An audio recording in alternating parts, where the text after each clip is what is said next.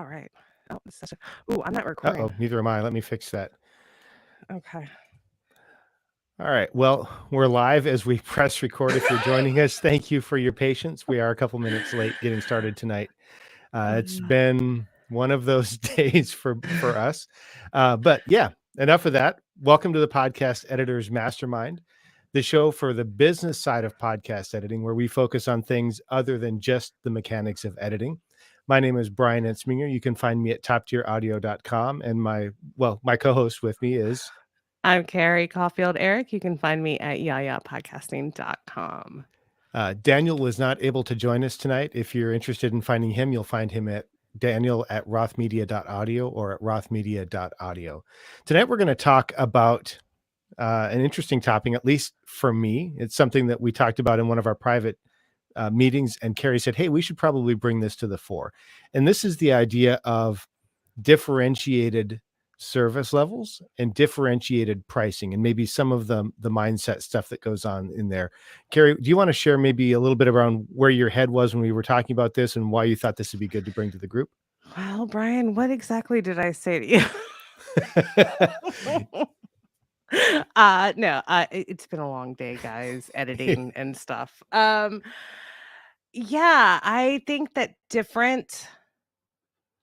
okay, so I've started to think in terms of not um producing like episodes or editing episodes. I've been thinking about like a show as an entire project, right? And there are so many different types of shows, and there's so many variables in and just each show, each client. Um and the work has also like different, I guess, different values um to the client or to whoever you're editing for. So like there are so many factors that I feel like one type of rate, one type of, approach um is almost like a disservice. Yeah, Um I think that could certainly be the case. As you're talking about that, one of the things that comes to my mind is I think a lot of us, me included, tend to think that what we're selling is editing, right? yeah. But that's not always the case, right? Because Carrie, you're selling something other than just editing, right? Yeah, I'm really selling, I guess that I'm really selling my skills, Hmm. right? Um, it's not so much about taking out the ums and ahs. It's like everything that goes with it. It's more than simply editing to me. Yeah. And I think this goes back to the whole value equation, right? Because we might think that we're selling one thing, but in realities, our clients might be buying something different. Yes, And and actually, so all right, now that I, have had a moment to like fully switch gears from editing to this live stream. Um what I think what my clients are really buying is my time, a slot in my schedule, mhm. right? And I think that that's, what is your time worth? That's something. And especially if after you've been editing for a while, your time becomes like something you really want to I guess guard. Running a business, there's so Mhm. much we do, and because of our skills we can start to then really value that time instead of valuing a project or a show or like an episode. Yeah. And so I think in our private call, the thing that kind of made this pop up as something to talk about was the fact that I have not different pricing, but a different service level for people that produce on a different cadence, right? So for me, if you have a weekly show, I ask for 7 calendar days out, barring extra circumstances like a holiday or something. I ask for 7 days. If it's a biweekly show, I ask for 10. And the reason is because if you have a once every other week show and I only have a week to edit it, that slot where I would have edited your show ends up being not filled unless I can fill it with a guaranteed slot on the off weeks, right? And since I'm a small business, I don't have enough volume to level load my demand, if that makes sense. And so rather than offering a different pricing for 7-day service for those biweekly shows, I ask for a longer time horizon to do the edit. And the same thing is true for people that have a monthly show. I ask for still a different time horizon. And really, the reason is because I have a limited amount of time.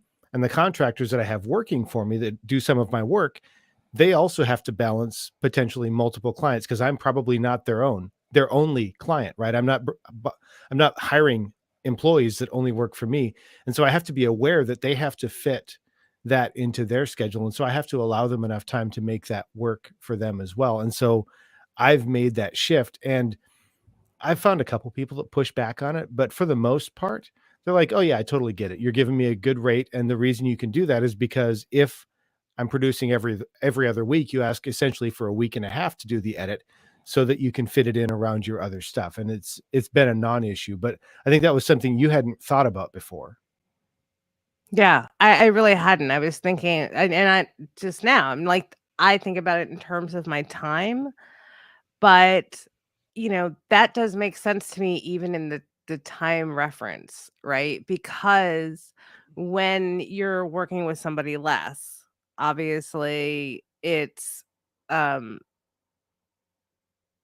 first and foremost, when a show is bi-monthly or like just monthly, you know, it's so easy. Like, you have to work a little bit harder so they don't fall off the radar, A lot right? harder. Yeah, a lot harder. And that also has value to it because what you're doing is making sure that the podcaster is accountable, right? And that takes work and mental energy. And you're still like, hopefully working on more shows in a monthly show or a bi monthly show, and so, you have weekly shows or maybe you have bi-weekly shows. And so those are the podcasters that are going to be in the shows that are going to be demanding more attention from you, right? And Yeah. they're also paying a little bit more, right? And they're paying probably, depend how you're billing, they might be paying more frequently or so it's different. It's different. But they're always in the forefront. Mhm. So, you don't have to work as hard to, I don't wanna say remember them, remember to Well, do the it work becomes or part of your weekly routine, right, not an right, addition to your weekly routine. right. Yeah, And I and that's where the monthly is or the bi-monthly is harder. And I think the other end of the tension on this scale is if you've got a customer that or a client that really needs a very short turnaround. So let's say that there's a show that only takes you an hour and a half to edit. So you might think to yourself, okay, well, this is an hour and a half. Well, if they need a, a 12 or a 24-hour turnaround and you don't know for sure when you're going to get the files, like in my mind, that becomes a day rate where they buy the day because you have to commit to giving them somewhere between an hour and a half to however long it takes to edit that without knowing when it's going to arrive. So in reality, can you fill that time with other things? Yeah. No. But Well, I well, mean, you you could. you you can from a making a decision in the day standpoint. Right. But when that file arrives, because of the turnaround time that you've agreed to, everything else stops. And if it's at 9 p.m. and the commitment is I'll have it for you by 8 the next morning, like you're going to do it. And so in my mind, at that point, they've bought the day. Now, that doesn't mean that I won't do other things, but if I have to make sure that I've got half a day available potentially to edit your show, and I could spend 2/3 of that time just waiting on the files to show up, in my mind, that becomes something where you've actually bought the day. I don't know. Do you agree with that, Carrie? Yeah, and that's why I love the idea of just having a day rate, right? But then what do you do if they bought the day and don't take advantage of it?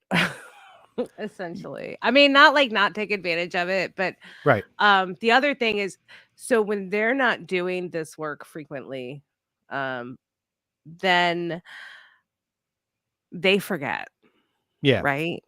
So So I will say that I have transitioned with one exception.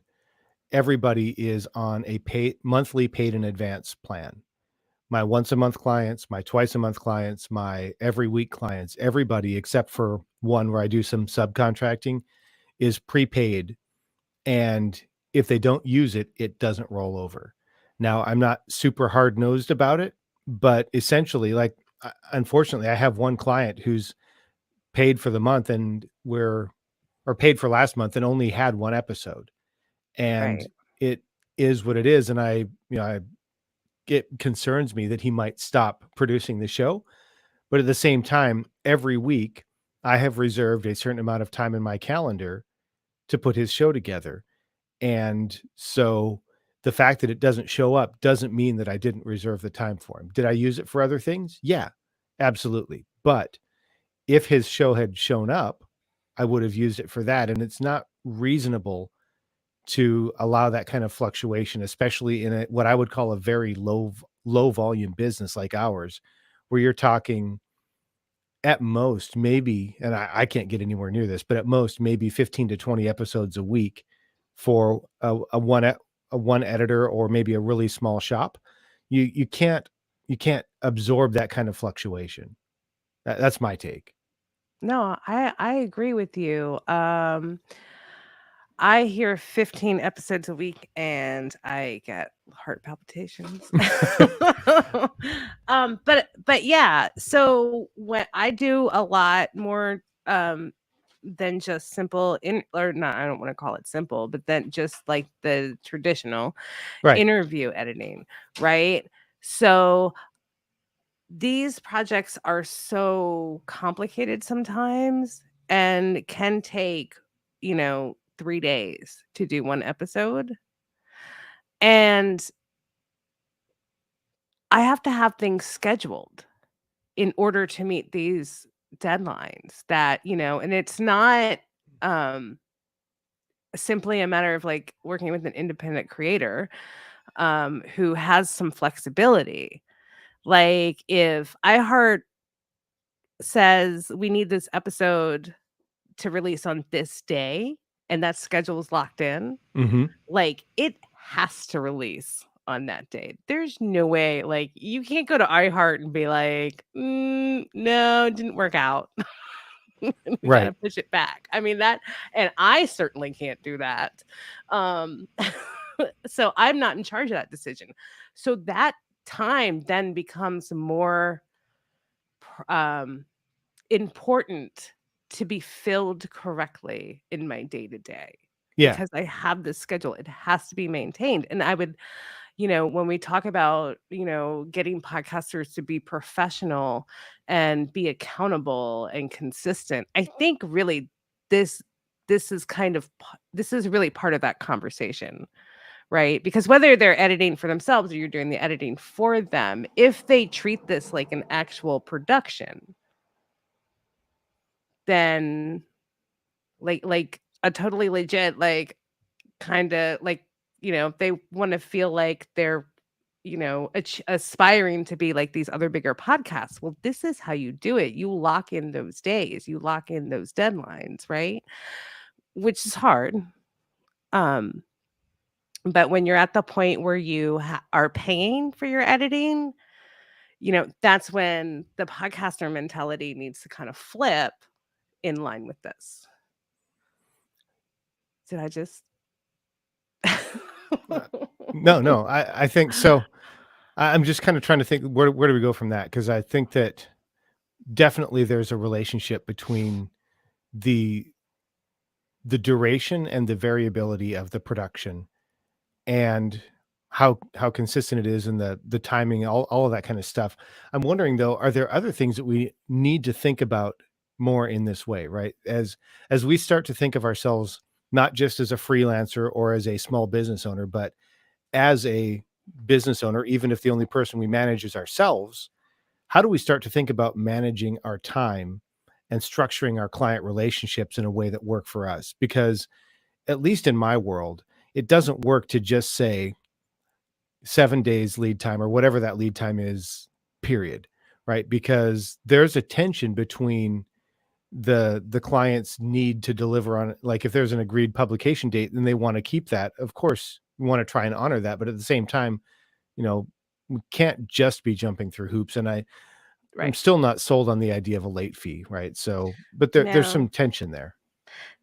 There certainly is, and I think there's probably some sort of happy medium or maybe some way to, like, kind of train clients and ourselves, so I don't wanna just put clients on the spot, um, to ki to kinda get into that rhythm. So when I work on the larger productions, one of the things I'm always asked is about the cadence. Hmm. Right? That's the word that producers use is cadence, and I get it. It's that rhythm, Hmm. your kind of rhythm for working on the show, and, ideally, over time, that rhythm should get, like, more refined and solid, and I feel like, and then as go to the last, finish the last episode, you're, hopefully ahead of schedule because you really gotten that groove and just the feel for what you're doing down. Um, and I feel like podcasters and us need to have a cadence as well. And I don't think we kind of talk about that rhythm because so when for the larger shows, and I had the bulk of my work has been larger shows now, so I feel like I've been going through a very difficult time where they're like monkey wrenches thrown at my schedule all the time, like for my personal life. So like I have been doing a lot of thinking about this. So I think that the big takeaway for me has been, yes, you have to have a cadence. Yes, there are deadlines and consistency is super important. But equally as important is making that consistency, like crafting your schedule in a way where um, you can um, produce your content in such a way where it is consistent. So, like, if that's again why something like a bi-monthly schedule will work for a podcaster better than a weekly schedule because they can get into that rhythm. They can figure out a way to fit it in their life in that time frame. And I think that that's something that we always need to kind of evaluate. Does that make sense at all, or did I just Yeah. talk? And I mean, in my podcasting heaven, one of the things that I like are clients that get 2 to 3 episodes ahead consistently, Yes. right? It's and like, there's a sweet spot somewhere between 4 and 8 episodes where once you get past 8, it can start to feel disconnected from the process. Once it's published, it's been long enough that they start to forget what they did. But there's a sweet spot somewhere in there where it allows them to have some level of variability. It allows the team to do a great job, but also pull things forward or push things out and still hit deadlines. However, I have very few clients that can actually function that way because it is a significant mindset shift, especially for podcasters when they first get started and are in the process of developing their habits, to go from "this is so overwhelming" to "I need to do this so overwhelming at a rate of 2 times the rate that I want to publish until I get 4 episodes in advance, and then I can kind of sit there." And what I found is that some of them can get ahead, but then uh, they'll be getting ahead because of something they know that's coming up. So then by the time that's done, they're scrambling to get back at it, right? And so there's Mhm. always a struggle there for them. I fully recognize that, but that would be sort of my podcast heaven, where there's on average one new episode showing up every week and 2 to 3 in the queue every week, and you can just cycle through those on a weekly or a semi-month, like whatever that cadence is. But that would be perfection. Now, most of my clients can't do that, right? It's No. not easy to do. Having been a podcaster, that was the way I functioned. Unless something happened, I was always between 4 and 8 episodes in advance. Once I got past 8, it got really hard for the guests to stay engaged when I shared it with them. But the Yeah. reason I did it that way was because I had to. It's not because I was amazing or wonderful or super disciplined. It was because if I didn't, it wasn't going to happen. Because having a guest-based show that wasn't recorded live, when the Yeah. guest is when the guest is available, and it doesn't matter to them that they're not available on the week you need to record them. So having those banked up, and then I was just honest with them. Like, yeah, I'm 4 to 6 weeks ahead all the time. I always function that way. If you have something that you want to have published at a certain time because you've got a book being published or something like that, yeah, we need to plan that in advance. But I'm not going to bump somebody that I've already recorded because you didn't realize I was 6 weeks ahead. Like, Yeah. we'll publish it when we publish it. I'm not trying to be a jerk, but this is not my full-time gig and I don't get paid for this. Yeah. And I just want to take a minute to go through some of these comments. Um Oh, I missed and those. Thank you. yeah, yeah, because I was like, oh, this is weird. I can't see anybody. Um so I looked at us and there are the comments. So uh oh, there's so much. Yeah, should we Heather, just start with the first one that Heather put yeah, up there? Yeah. yeah. So Heather So, says that oh, she said yes, simply more than editing. And she also said she timed herself and for extremely difficult edits at 2 times speed, it takes 20 minutes to edit 2 minutes of raw editing, like raw audio. Um, wow. Yeah, yeah. I can totally relate to that too. Yeah, and some of that is just the client, right? It has nothing to do with your skill. It has to do with the client's speaking skill. Yeah. But yeah, but that's really important for her to know and for all of us to know because then we can better schedule ourselves.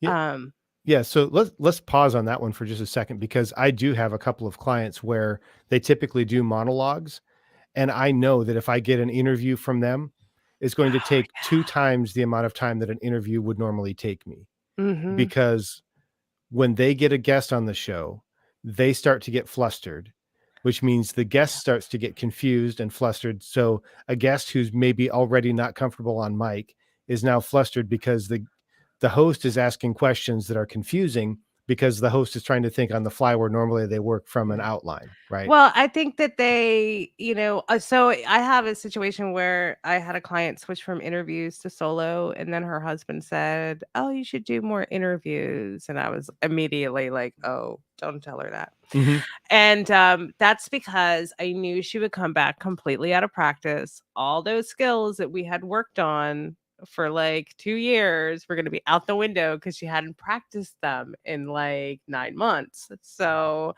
I was absolutely right, and it was torture. And then I just had Alejandro edit. Yeah, and can I just hop on my soapbox for a second Yeah, with that one? If you have a client who has guests on their show and the client talks more than the guests they have on the show, maybe ask them why they have a guest at all and see if you can maybe coach them, right? Because there's I understand that sometimes they want a conversation where it feels like 50-50. But man, in my world, if you have a guest on your show and that guest talks anything less than 60 to 70% of the time, why did you bother? That's my soapbox. You can take it or leave it, but I find that shows that feature the host more than the guest are remarkably disengaging for me because I already listened to their solo content. I don't need to hear them say it to somebody else, and I'll right. shut up. No, no, I totally agree. I will say that my hosts or my clients did differentiate between her solo and her interview show. So at least it didn't suck. um, and I don't mean to, no, I'm sorry. Um yeah, and then I had another thought, but it's gone. So So one of the other things that Heather said was once a month prepaid has worked really well for her.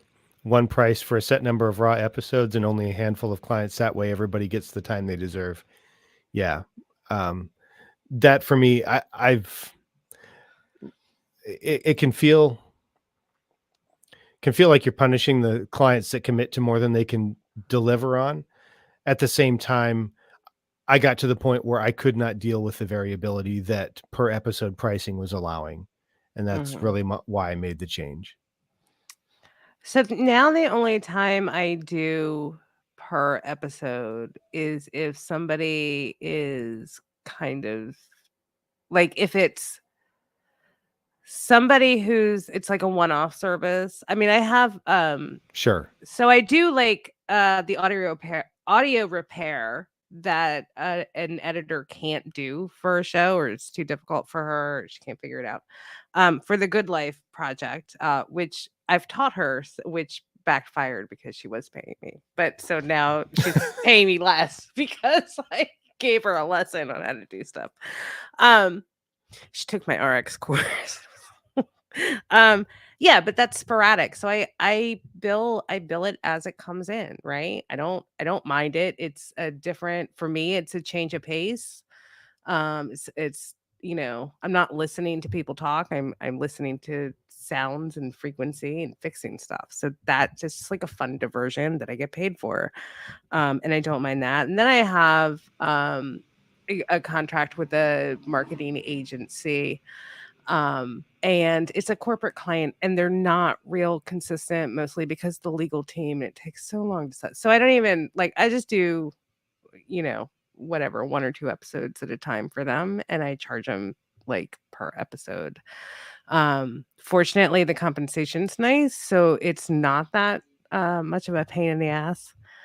Uh oh god, imagine I didn't say that. I've been listening to people cuss all day. Uh,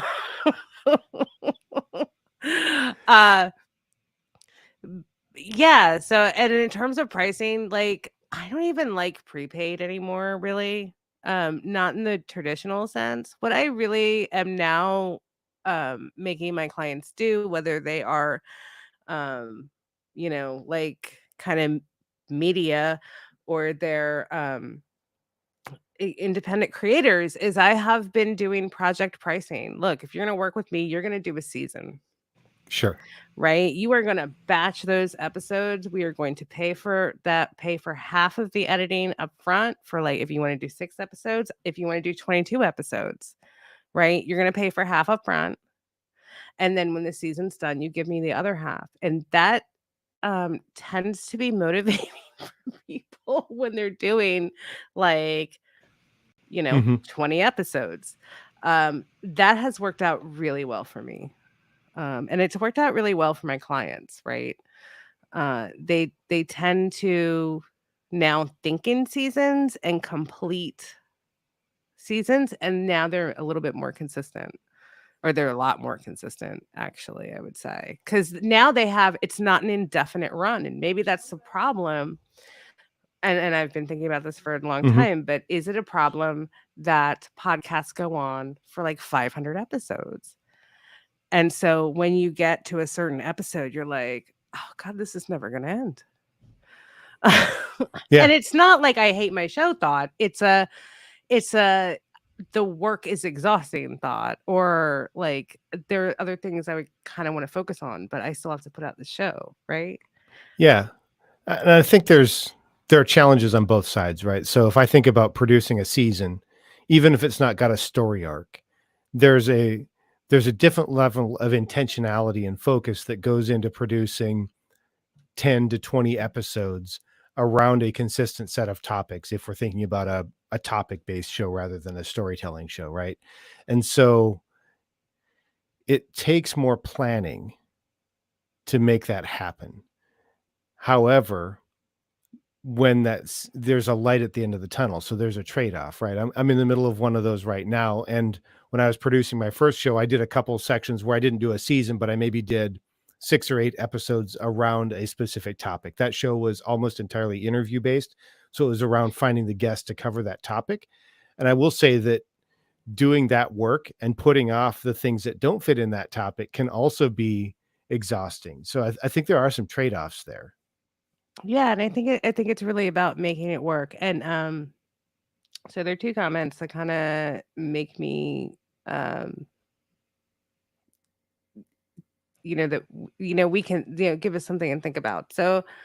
Um so Patrick says maybe it's imposter syndrome, but I'm wondering if someone starting out should definitely stick to a particular pay or package structure for a bit. And I Oh, would there it say, is. yeah, I would say, yeah, I scrolled down to the bottom, because Cheater. I wanted to see everybody. So Patrick, Heather, and Helen. Uh, so I think because you're new, you need to test different things, right?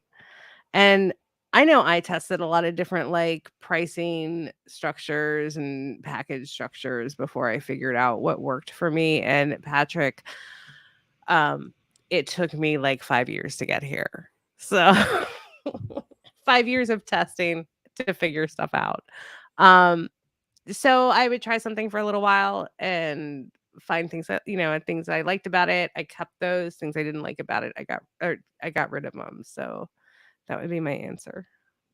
I think one of the challenges when you're just starting out is you might think that you know what the market you're serving wants, but you may end up attracting people that aren't exactly who you thought they were going to be or who don't need exactly what you thought they were going to need.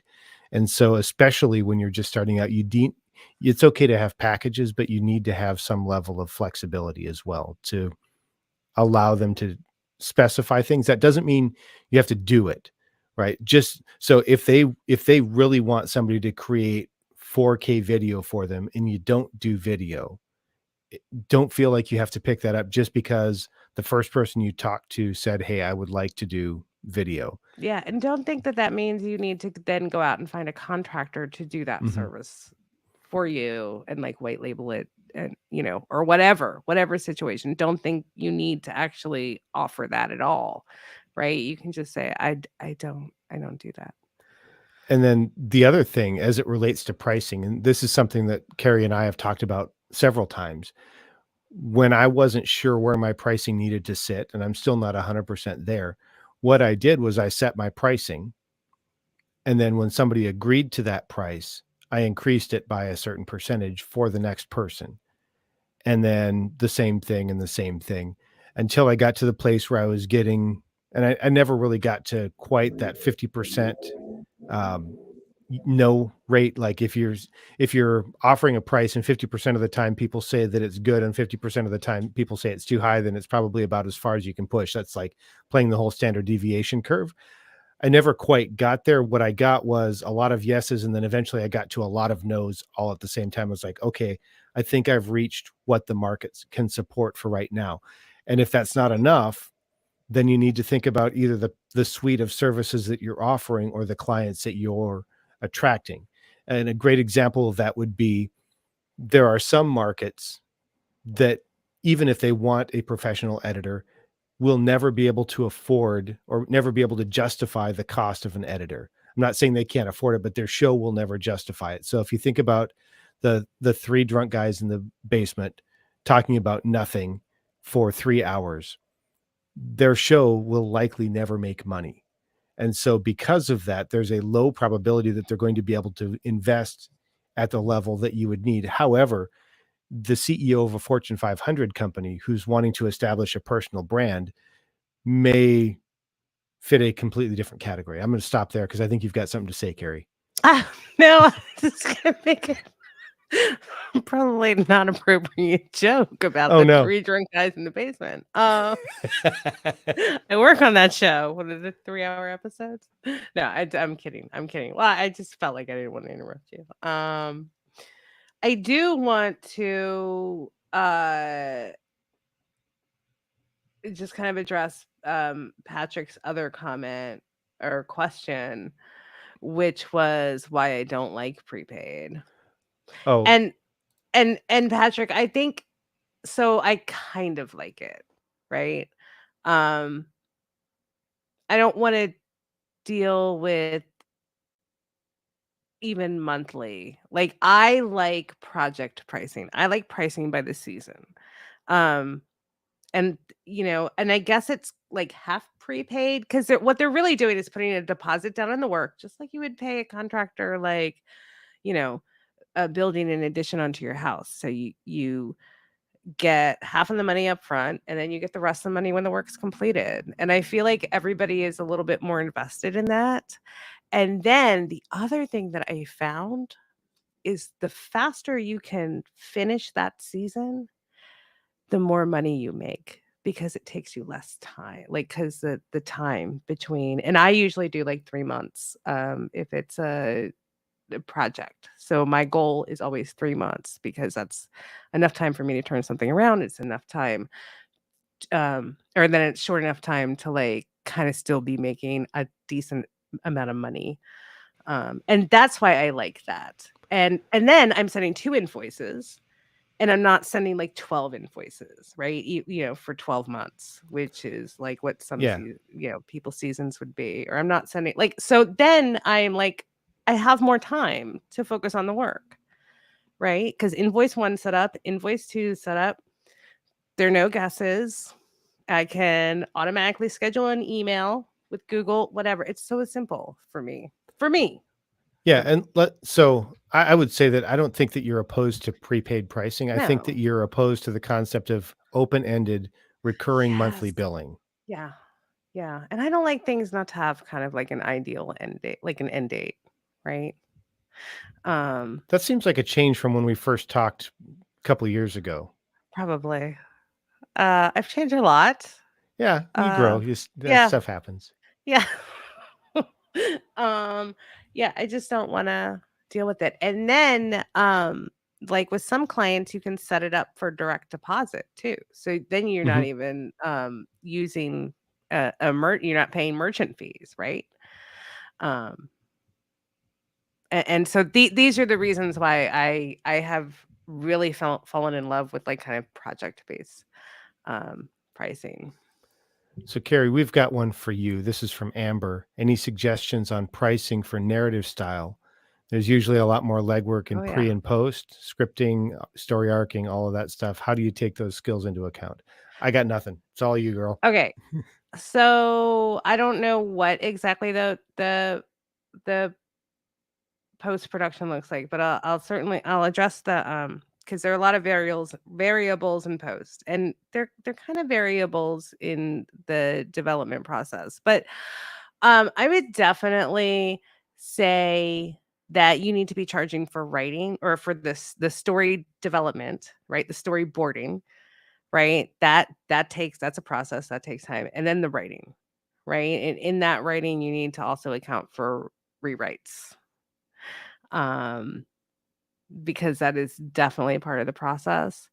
And, you know, the the bonus, if you have a hand in any of the storyboarding, and see, this is a big, and it's kind of cool. I really love this. And um you have, when you're in the development process, you can make the show as complicated or as simple in post production. So, like, what is the sonic kind of identity? How complicated is that going to be? How complicated is that going to be? You're going to use a little bit of sound effects, or you're going to do whole soundscapes, and then you can also make it more cost effective for whoever you're working for and for yourself to kind of maximize your income. So yeah, it's a big topic. Air Media, their rate guide or their rate calculator, it's really good.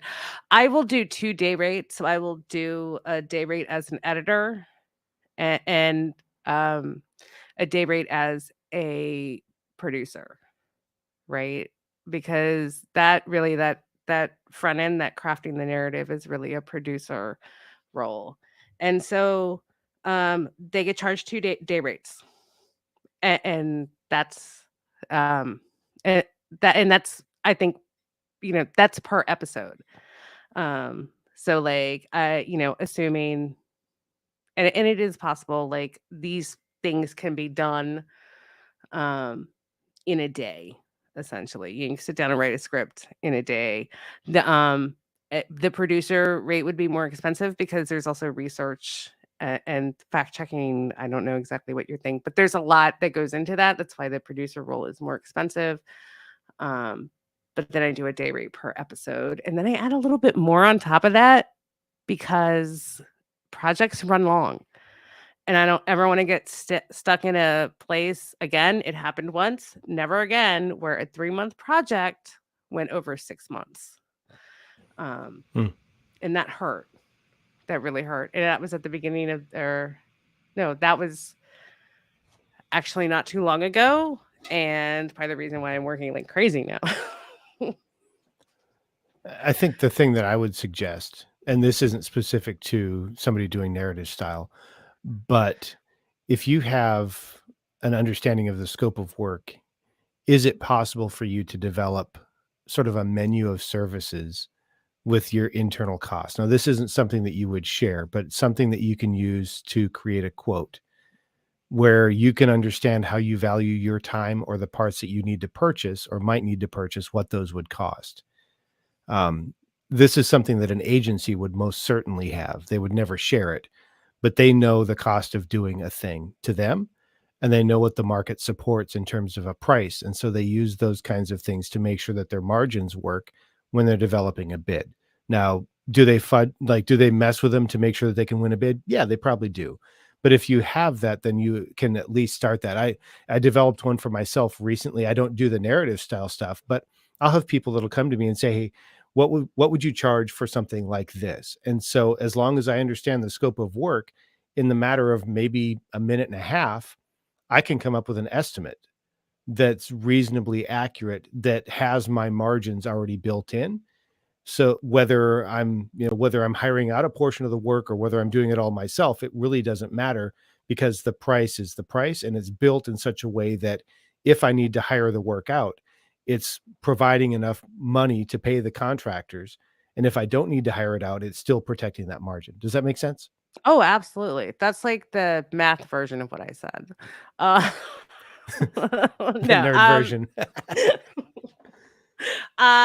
or the math accompaniment, accoutrement to what I said.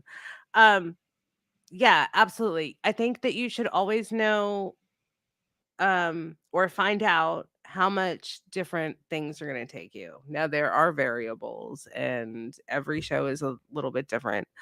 But you should know on average how long something is going to take you. Like I, for instance, absolutely know that when I do episode 1 of any kind of, other anything other than a solo or an interview show, when I'm doing episode 1, it's going to take me 3 times as long than it will by episode like 3, right? So I have to build that in and let the client know that this is gonna Mhm. take longer because we're still getting a feel and our footing and, kind of developing, because you can have an idea of, like, that sonic identity, and what I really mean is, like, the music and the sound effects and how those things are arranged, to support the narrative. Um, and that takes a little bit of time and some thought and a lot of listening, right? So episode 1 is a lot about listening. It's more time consuming. Um, can you tell I haven't talked all day? So Helen says, just like you, her producer rate is more than her Yeah. editing. So I feel like I need to get myself a producer rate over here. Yeah, you do. You do. I think you'd have fun with just different kinds of work. I'm really hoping that, like, as, things get a little bit easier, as editors learn and develop their skills, that, podcasters and editors start to make something a little bit more complex, and besides the interview show. Yeah, I'm sorry. I'm scrolling through the comments because Okay. Heather had a couple that we missed. Okay. Sorry, Heather. No, no. So one of the things she mentioned was that her per episode rates cost more. Yeah. She's wanting to retain clients and really doesn't prefer the one-offs. So yeah, I totally get that. That's actually why I dropped it per episode, because what I've found is that first off, I don't do one-offs. I've done a couple, but to Carrie's point, the first edit takes me 2 to 3 times as long as it should. Right. Once I've got my groove, I know about how long it should take for each kind of show. It's not always the same, but yeah, I've got a general idea. But that first one where you're setting up the template and you're like trying to get everything dialed in takes significantly longer. So I don't do those anymore, except as maybe a 5 minute sample edit or something if somebody needs to see, hey, can you really deliver the goods? But I don't do those, and I stopped doing the per episode pricing simply because I couldn't anymore support the variability, because at one point I had, I think, 3 different clients that were all on per episode pricing. Well, if they and in fact, one of them was on per episode pricing for a year and never actually had an episode for me to edit. So all year long, I was reserving capacity for this person, because if all 3 of these clients decided to drop hour and a half long interview episodes in the same week, I would have been sunk, because I don't Right. have the surge capacity to support that. And I had built my calendar in such a way that I could support regular recurring stuff. And had they been regular, I would have also outsourced some more stuff to make the capacity work. But as it was, I couldn't outsource because they weren't providing the work, which meant I didn't have the surge Right. capacity if they did. That makes it harder when you're working with contractors, and you know, you have to remember that, like, if you're making your money doing this, then contractors Yeah. are too. Like, I wanna make sure everybody's family gets to eat this month. It yeah, so to the point, I have 2 things to say about, um, per episode pricing. Now, one is I only do per episode for shows I want to do, or like services I want to do. Like, for instance, audio repair. Yeah. Yeah, totally. I do not have a problem with that. I don't do like full episodes. I'll do mastering, right? Or the mixing. I will just do the like I won't do it, like I will do different pieces of what we do usually for a regular client. But my what one-offs are to me now, or is just anything fun I want to do, or if I just want to make a little bit extra money, don't have a problem with that. And then Heather made a really good point earlier in the comments about charging more for charging a per episode rate that is higher Mhm. than a prepaid rate, which I do. So I think it's fabulous advice, Heather. Yeah. Um, And I should say that I'm in the same boat. If somebody wants audio repair, I will absolutely do one episode, and I will be happy to charge for that. Because audio repair is something that's fun, and it's something that you don't actually have to have a history of the history with the show right. to do a good job of. It's not like you're trying to match an EQ from the previous 38 episodes that somebody else did. Yeah, absolutely. So I love, and plus you're practicing your skills, right? It's a different set of skills. You're kind of honing your hearing. I mean, there's so much that comes out of that. That's kind of what the one-offs are for me, or just kind of, keeping up those skills, S- and having fun, getting s- paid. That's So I nice. think the one thing I wanted to kind of throw out there, because we've kind of danced around some of the challenges in implementing something like this, but what if somebody's listening to this and going, that's cool, but my clients would never go for that? Then they're not the right clients for you. Quite frankly, I mean, you have to make that choice. Do you want to continue working with them, or do you want to make it work for you? Right?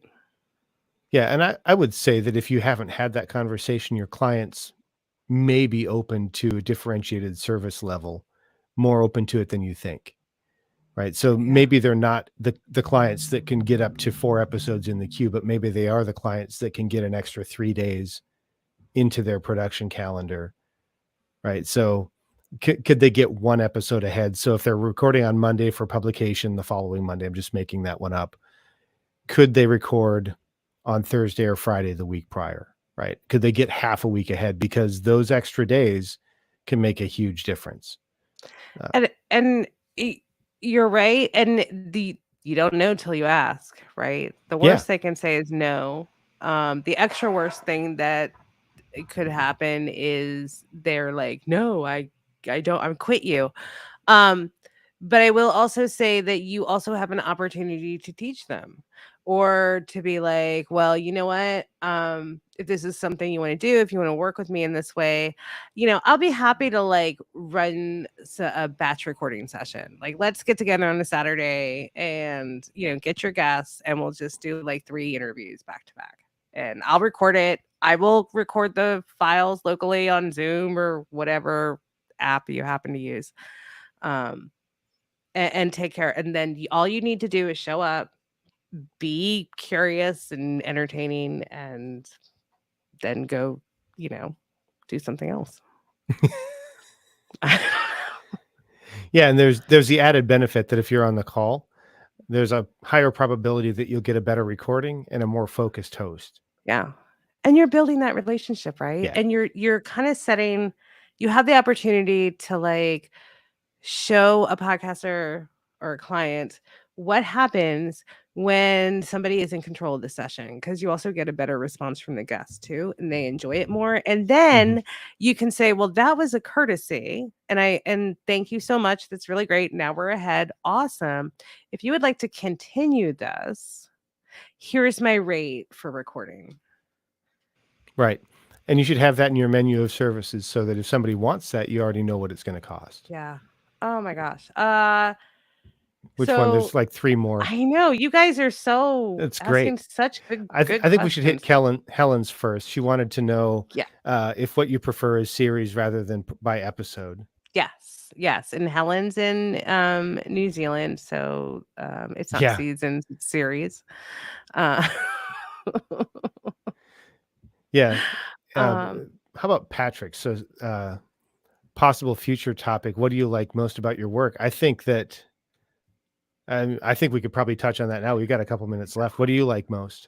so I'm really digging just the whole kind of sound design thing and Mm. sonic image, and it is I can't think of her name right now. Oh, I can't audio branding, what is her name? Kringle? Uh, Um, oh, is it Judy?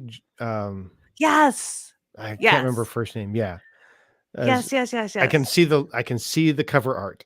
Yes, I can too, but I haven't, like, talked to her in such a long time that, I always see her, like well, I use Facebook change, so not seeing everybody I Yeah. like to see.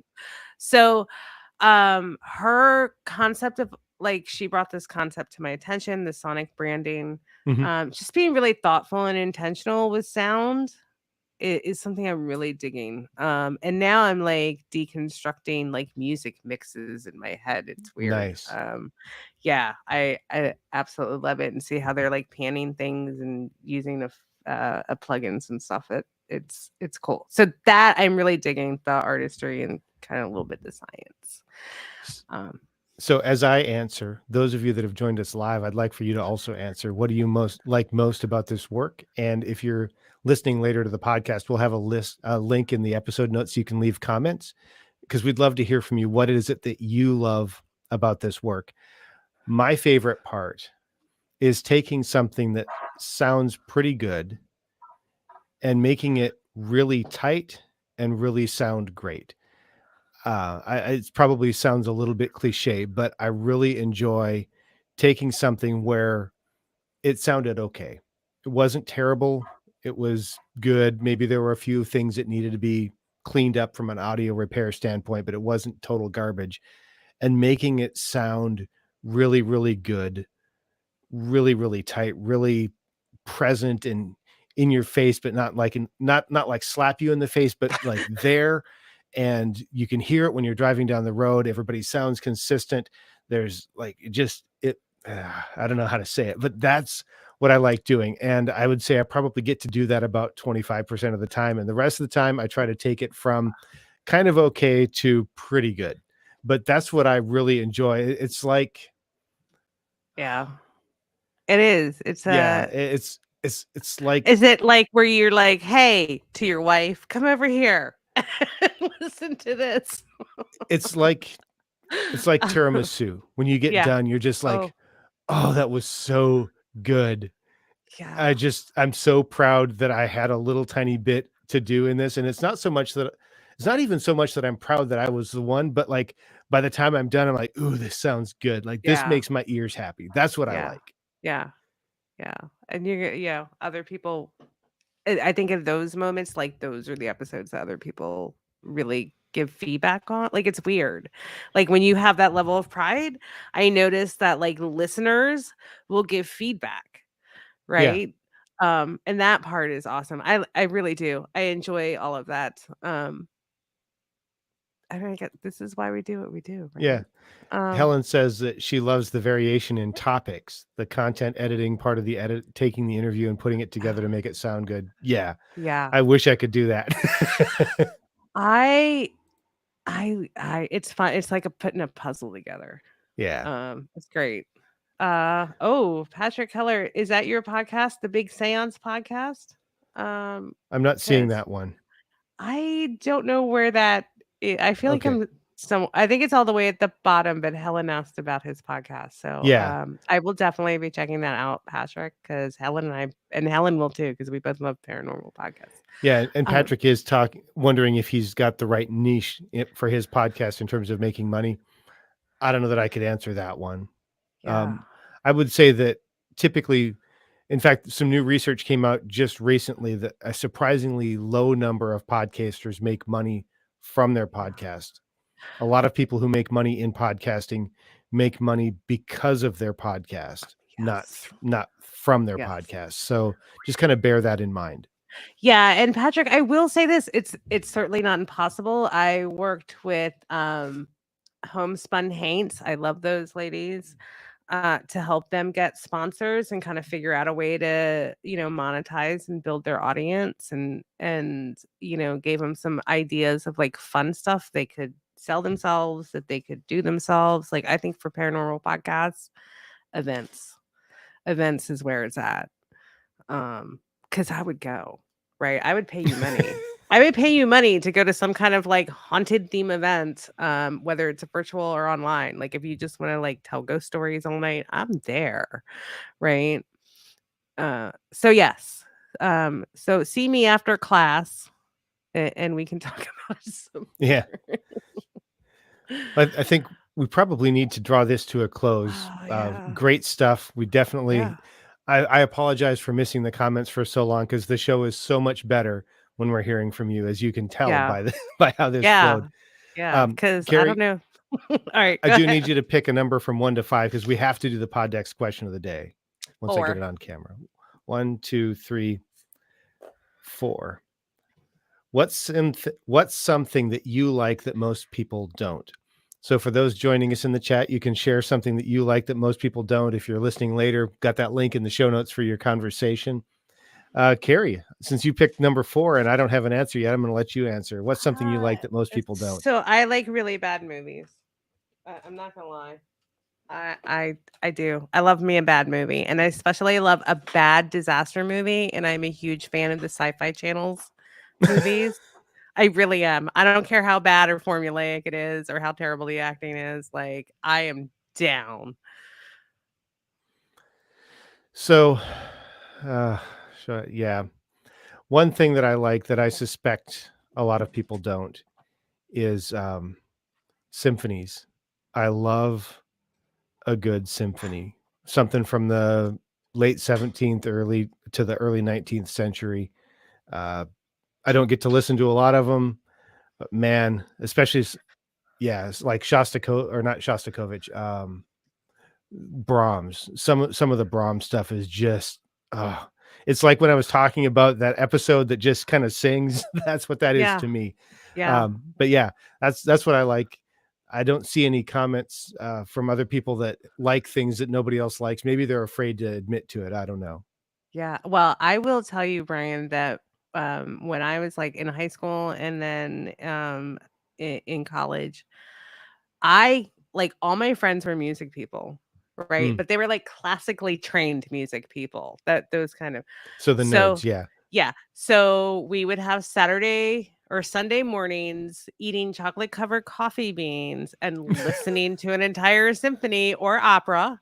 yeah. Um and they would just like tell like mostly me because I didn't know anything, but they had fun explaining it all to me, and I actually kind of credit that to part of the reason why I do what I do now, Oh, right? I tell you what, man, a So good symphony is just it's out of this world. I'm sorry. yeah, I it really realize is. that totally dates me, but I don't care. Yeah. A lot of other stuff I like too, but that's the one that I think is probably less It's popular. least popular, yeah. Yeah. Yeah. Um, yeah, so I guess we probably need to draw this to a close. Carrie, if somebody has another topic they'd like us to cover or is maybe thinking about being a guest on the show, what do they need to do? So you can head over to our website, podcasteditorsmastermind.com. If you want to be a guest, put a slash be a guest, all one word. After that, podcast editors mastermind, be a guest, fill out the form, and we will get back to you. And then if you have a topic, you may also suggest it there, or you can reach out to us at yeah, one word, at podcasteditorsmastermind.com. And you can use the contact form on the website to just basically tell us anything. Yeah, Um, we're crazy like that, right? yeah. Yeah. And Facebook, like you know where to find us, right? By now. I mean, you're watching us right here, Yeah. so yeah, that's one of the places. For those that have joined us live, thanks so much for being here. It was great to hear from you.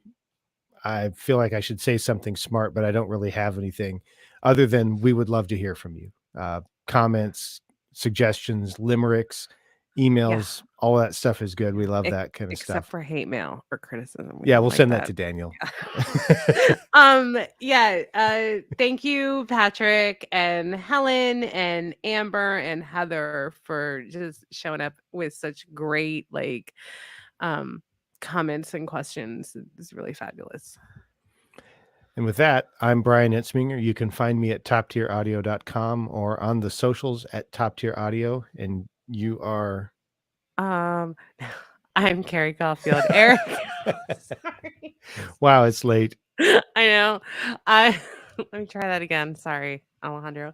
I'm Carrie Caulfield. Eric, you can find me at yayapodcasting.com or you can connect with me on Instagram at Carrie Eric. Well, I will share pictures of my new kitten. And if anybody wants to see him, And unable to join us today was Daniel. You can find him at rothmedia.audio as Carrie steals the show with the kitty. So, yeah. Does the kitty have a social profile yet or a website? not yet, but he will. Okay. Well, Um, cool. yeah. All right. Well, thanks everybody for joining us. We'd love to hear from you, and we'll see you in a couple weeks. See if I can Bye, successfully, y'all. yeah, try and hang up Yeah. now. And I'm gonna do one thing. Oh, no. No, oh, we're still.